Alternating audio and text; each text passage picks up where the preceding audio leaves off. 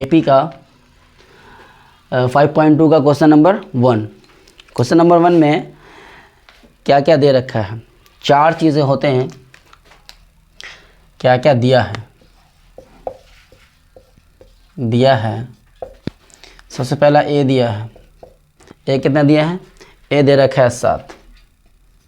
उसके बाद दिया है डी दिया है 3 और ए एन क्या करना है, हम लोगों को निकालना है। और एन बराबर दे रखा है 8। तो हम लोग को क्या मालूम करना है? ए एन मालूम करना है। हम लोगों ने फार्मूला पढ़ा था ए एन का।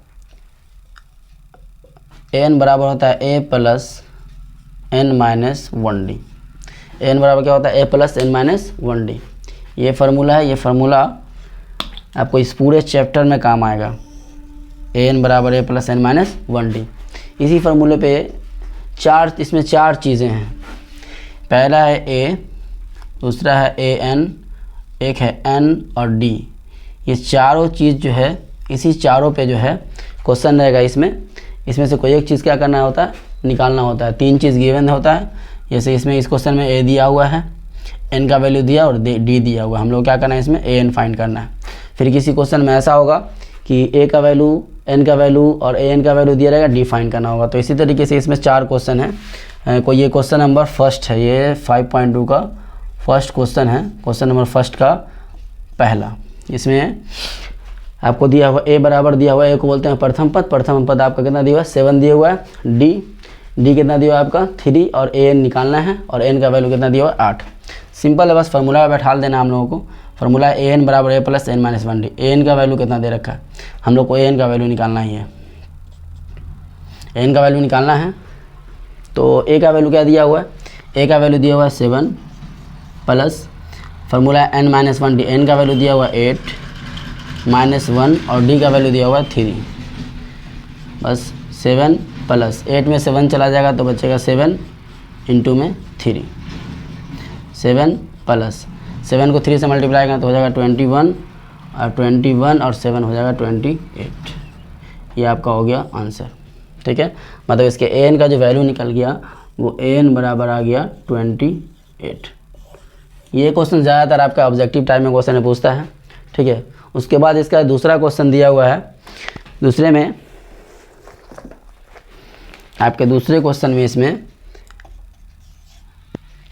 उसी चारों चीज़ में से आपको पहले ए का वैल्यू दे रखा है।